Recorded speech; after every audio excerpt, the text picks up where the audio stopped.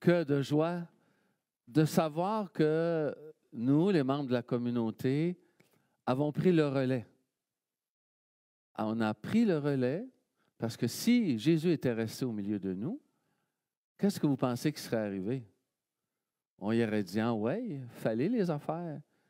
Comme autrefois, on disait, ah ouais, le curé, fallait les affaires. Vas-y, le curé, et toi qui le boss. Hein? C'était comme ça hein, qu'on avait comme mentalité. S'il était resté, ben on y aurait dit, vas-y, fais des miracles, va voir telle personne, fais ci, fais ça. Nous autres, on va te suivre, on va te regarder aller. On n'est plus dans cette perspective-là, mais plus du tout, du tout. On est dans la perspective où chacun d'entre nous, fort de son baptême, de l'Esprit Saint qui est en eux, bien, on a nos talents, nos charismes qu'on met au service des autres. On revêt quoi? La tenue de service. Mais en sachant qu'on n'est pas des serviteurs et des servantes, on est des amis. C'est par amitié au Christ qu'on s'engage envers nos frères et sœurs. Moi, je trouve ça tellement beau. Une communauté s'éclate dans ce sens-là. C'est pourquoi ce matin, on a pensé vous offrir aux membres de la communauté 2 témoignages sur ce que rapporte d'être bénévole, de s'engager dans la communauté. Alors, je vais commencer avec toi, si tu veux bien. Oui, toi-même, Graziella. Alors, Graziella Turbide, elle va nous dire un mot. Est-ce que tu veux parler d'en haut, Graziella, au micro? C'est beau. Vas-y, ma chère.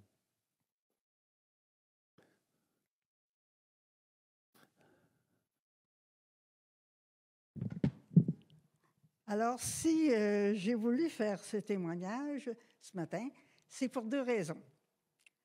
La première, c'est que je veux partager avec vous ce que le bénévolat m'a apporté à moi.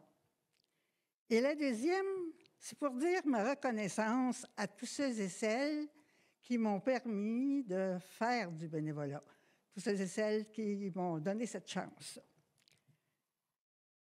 Alors,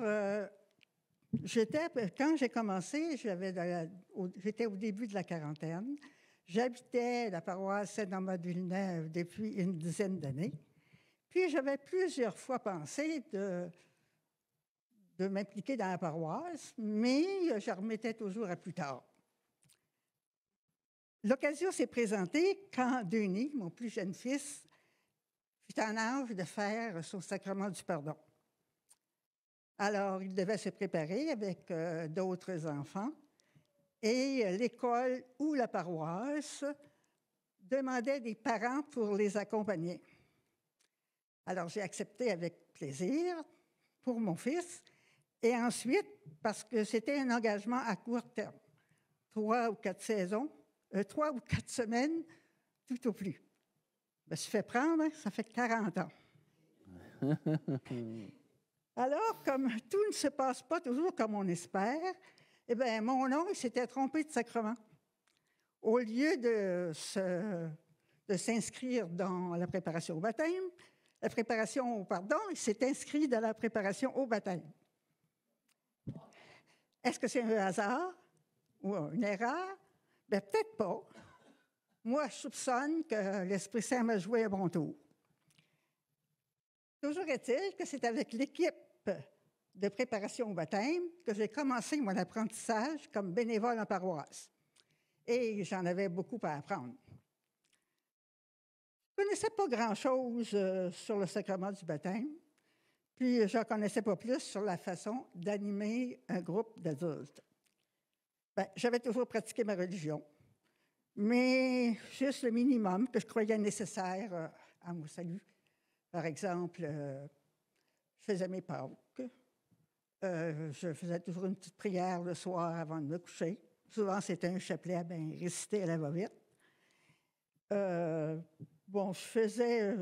participais aux retraites, retraites de carême, quand il y en avait. Et puis surtout, j'allais à la messe le dimanche. Mais je voulais ma petite messe à moi. Pas question d'être dérangée dans mes habitudes. Mon voisin ou ma voisine de place, je ne la connaissais pas. Ça m'intéressait pas plus que ça de les connaître. En plus de ça, j'étais gênée, timide, et je n'avais pas confiance en moi. Mais heureusement, les membres de l'équipe de préparation au baptême, c'était des gens accueillants, chaleureux, patients et aidants. Et ils sont devenus des amis, et ils le sont encore. Et ils m'ont aidé, eux autres, à ne pas lâcher. Avec eux, j'ai donc développé le goût de mieux connaître ma foi. J'ai participé à des rencontres de ressourcement données par le diocèse ou la paroisse. Ces rencontres m'ont permis d'éduquer ma foi, de découvrir la parole de Dieu et de développer l'amour de ma communauté. Et je découvrais aussi avec bonheur le Dieu de Jésus-Christ, le vrai Dieu, celui qui m'aimait tel que j'étais, et non celui de qui que j'avais toujours eu un peu peur depuis mon enfance. Alors pour moi, le bénévolat, ça a été une richesse. Ce que j'ai donné de mon temps, de moi-même, de ma personne, m'a été rendu au centuple, humainement comme spirituellement. Ma personnalité s'en est trouvée modifiée, améliorée, et de ce fait, je me suis sentie plus épanouie, plus confiante en moi-même. Oh, bien sûr, il y a encore de la place pour améliorer davantage. Quant à ma vie spirituelle, c'est de façon plus graduelle que j'en ai perçu les effets. Et je dois dire que c'est à chaque jour qu'elle m'apporte quelque chose de nouveau. L'Esprit Saint prend son temps, mais il agit vraiment et n'a pas fini de m'en apprendre.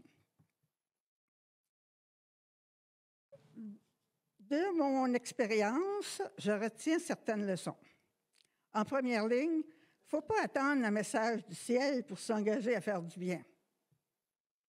Dieu ne nous envoie pas toujours un ange pour nous confier une mission, à moins que cet ange ne s'appelle Margot, comme ce fut mon cas à moi. Ensuite, il faut persévérer, malgré les obstacles, malgré les échecs. Et avec le recul, ils prennent souvent un autre visage. Bon, ces échecs, ces inconvénients nous apprennent l'humilité, puis nous rappellent que c'est l'Esprit Saint qui agit et que nous sommes seulement les outils dont il se sert pour rejoindre les autres. Alors, avant de terminer, je veux remercier tous ceux et celles qui m'ont fait confiance et me font encore confiance, et surtout, remercier Dieu, rendre grâce à Dieu, lui qui est à la fois la source et la fin de mon bénévolat.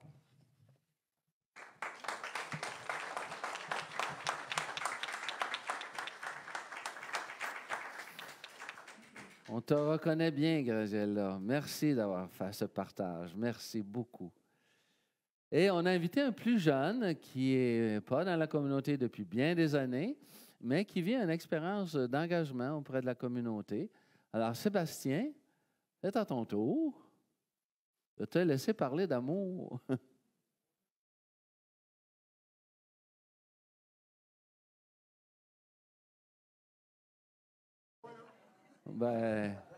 Donc, bonjour, je m'appelle Sébastien.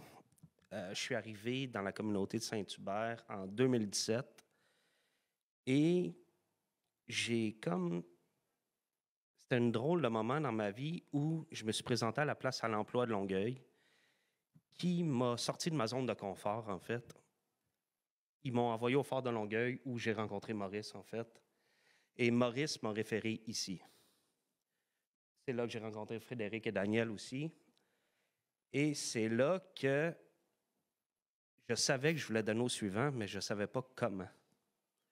Mes parents, c'est des gens très généreux qui donnent toutes sortes d'affaires à tout le monde. Ils ont toujours ouvert leurs portes. Et je savais aucunement que j'allais faire partie d'une paroisse à ce moment-là. Donc, j'ai commencé à faire de l'aide alimentaire avec Frédéric. Et j'ai trouvé ça très enrichissant, en fait. Ça m'a rendu très humble dans ma vie en tant que telle. Et j'adore voir le sourire des gens lorsqu'on leur rend service.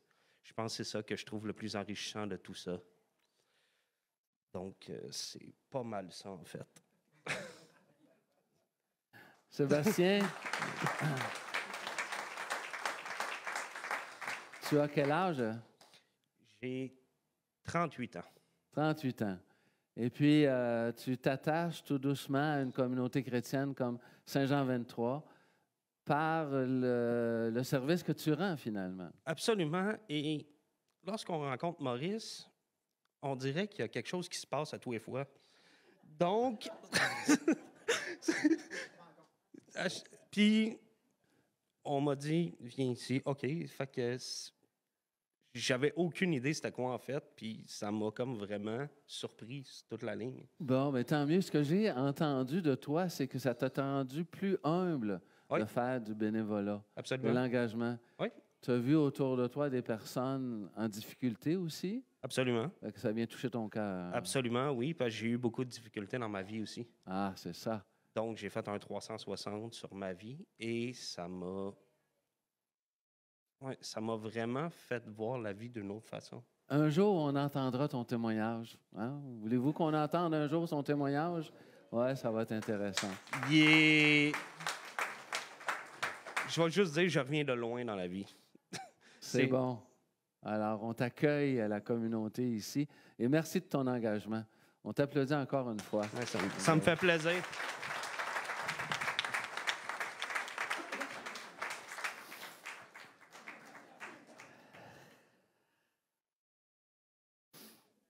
N'est-ce pas que c'est rafraîchissant? Hein? Oui, hein? Alors, dans une communauté, c'est comme dans un couple. Là, je m'aventure, je ne sais pas si je vais être correct. Et oui, je fais attention. Dans un couple, quand tu n'as pas d'enfant, tu fais un peu plus l'indépendance. Tu peux te lever à l'heure que tu veux, tu peux aller au cinéma, tu peux faire bien des choses.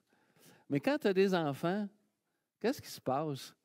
Hein, la liberté est un petit peu confinée, par choix, mais elle est un peu confinée. Alors nous, dans la communauté, quand on accueille des gens nouveaux comme Sébastien, on vit quelque chose de différent. Ça va nous transformer, veut pas. Veut pas, ça va nous transformer. Alors, c'est heureux qu'on ouvre les portes de notre esprit, de notre cœur, de notre intelligence à l'accueil, à accueillir ces gens-là. Tantôt, à la fin, on éteindra le cierge pascal. Parce qu'à l'ascension, on éteint le cierge parce que cette lumière-là, elle nous est donnée à nous tous. Jésus est parti, mais son esprit nous est donné pour qu'on soit les missionnaires maintenant à sa place. Et c'est heureux. Alors, on fera ce geste symbolique et imaginez-vous qu'on vous a remis chacun une petite chandelle qui va brûler à côté de vous pour votre mission. Alors, on va poursuivre notre célébration, mais avant, j'aimerais ça que dans le silence de l'Église, chacune se dise quelle est la partie que moi, je pourrais donner à ma communauté. Envers quoi le Seigneur m'appelle, m'attend. Prenez quelques instants et laissez monter en vous ce que l'Esprit peut vous révéler.